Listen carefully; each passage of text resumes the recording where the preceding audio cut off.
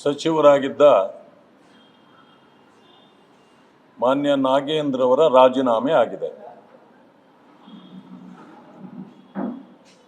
ಅವರು ರಾಜೀನಾಮೆ ಕೊಡಬೇಕು ಅಂತೇಳಿ ಭಾರತೀಯ ಜನತಾ ಪಕ್ಷದ ನಾಯಕರು ಕಾರ್ಯಕರ್ತರಾದಿಯಾಗಿ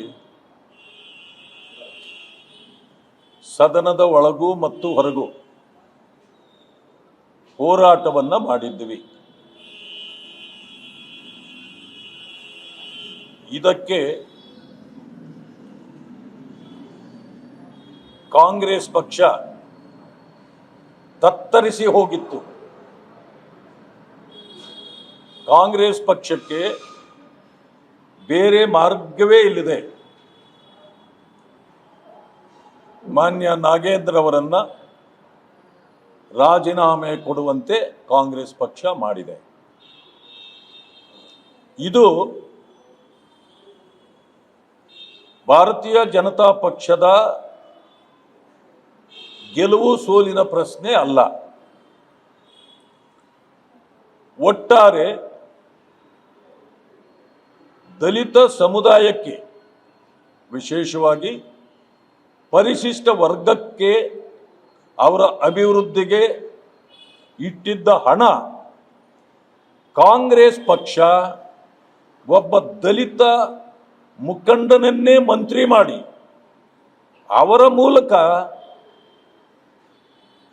ಲೂಟಿ ಮಾಡಿಸಿ ಕಾಂಗ್ರೆಸ್ ಪಕ್ಷದ ಚಟುವಟಿಕೆಗಳಿಗೆ, ಅಂದರೆ ಚುನಾವಣೆಗಳಿಗೆ ಮತ್ತು ಅನೇಕ ವಿಚಾರಗಳಿಗೆ ಬಳಕೆ ಮಾಡಿದ್ದದ್ದು ಇವತ್ತು ಇಡೀ ರಾಜ್ಯದ ಜನರಿಗೆ ಗೊತ್ತಿದೆ. ಈಗ ಮತ್ತೆ ಅವರ ರಾಜೀನಾಮೆ ಕೊಡುವಂತ ಪರಿಸ್ಥಿತಿ ಯಾಕೆ ಬಂತು? ಅವರ ಮೇಲೆ ಹಿಂದೆ ಕೇಸ್ ಆದಾಗ ರಾಜೀನಾಮೆ ಕೊಡಬೇಕಾಯ್ತು. ಕೊಟ್ಟ ಮೇಲೆ ಕೇಸು ಕೋರ್ಟ್ಗೆ ಹೋಯಿತು. ಕೋರ್ಟಿನ ಆದೇಶದ ಪ್ರಕಾರ ಅವರು ಜೈಲಿಗೆ ಹೋಗಬೇಕಾಯ್ತು. ಜೈಲಿಗೆ ಯಾಕೆ ಹೋಗ್ತಾರೆ? ಮೇಲ್ನೋಟಕ್ಕೆ ಇವರು ದಲಿತ ಸಮುದಾಯಗಳಿಗೆ ಅಭಿವೃದ್ಧಿಗಿಟ್ಟ ಹಣ ದರೋಡೆ ಮಾಡಿದ್ದಾರೆ ಅನ್ನೋದು ಸಾಬೀತಾದ ಮೇಲೆ ಜೈಲಿಗೆ ಹೋಗಿದ್ದು.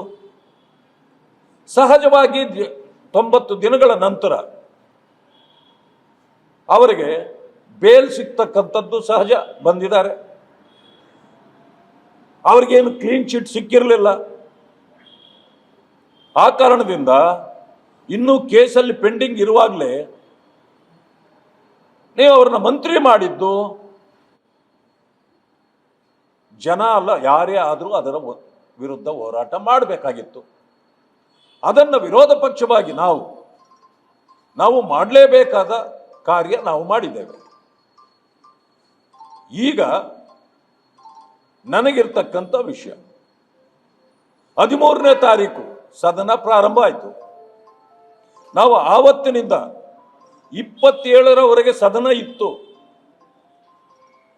ಇಷ್ಟು ನಾವು ಹೋರಾಟ ಮಾಡಿದ್ರು ನೀವು ತಲೆ ಕೆಡಿಸ್ಕೊಳ್ಳದೆ ಅವರ ರಾಜೀನಾಮೆ ಕೊಡಿಸದೆ ಇದ್ದಿದ್ದು ಯಾಕೆ? ಇವತ್ತು ಕೊಡಿಸಲಿಕ್ಕೆ ಕಾರಣ ಏನು? ಇದು ಕಾಂಗ್ರೆಸ್ಸಿನ ಕುತಂತ್ರ. ದಲಿತರ ವಿರುದ್ಧವಾಗಿ ಇದು ಕಾಂಗ್ರೆಸ್ಸಿನ ಕುತಂತ್ರ. ಇದು ಯಾಕೆ ಅಂತಂದ್ರೆ ಕಾಂಗ್ರೆಸ್ ಪಕ್ಷ ಇವರೊಬ್ಬರ ಮೇಲೆ ಅಲ್ಲ,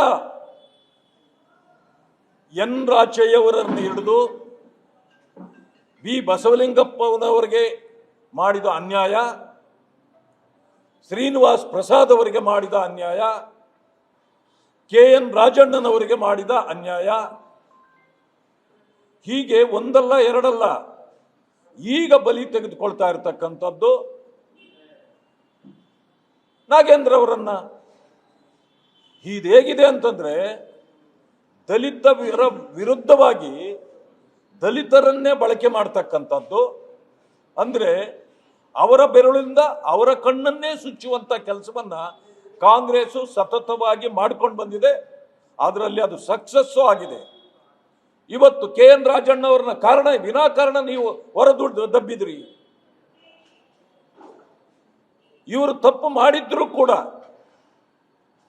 ನೀವು ಆ ತಪ್ಪಿಗೆ ಕೋರ್ಟಲ್ಲಿ ಅವರಿಗೆ ಕ್ಲೀನ್ ಶೀಟ್ ಸಿಕ್ಕಿದ್ದಿದ್ರೆ ನೀವು ಅವ್ರನ್ನ ಮಂತ್ರಿ ಅಲ್ಲ, ನೀವು ಅವ್ರನ್ನ ಮುಖ್ಯಮಂತ್ರಿಯೇ ಮಾಡಿದ್ರು ನಾವು ಸಂತೋಷ ಪಡ್ತಿದ್ರಿ.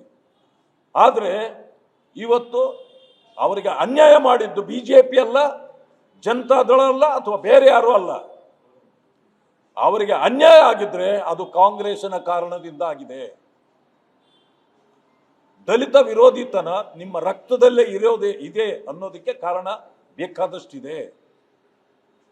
ಈಗ ದಲಿತ ಕಾರ್ಡ್ ಅನ್ನು ಬಳಸ್ತಾ ಇದೆ ಕಾಂಗ್ರೆಸ್.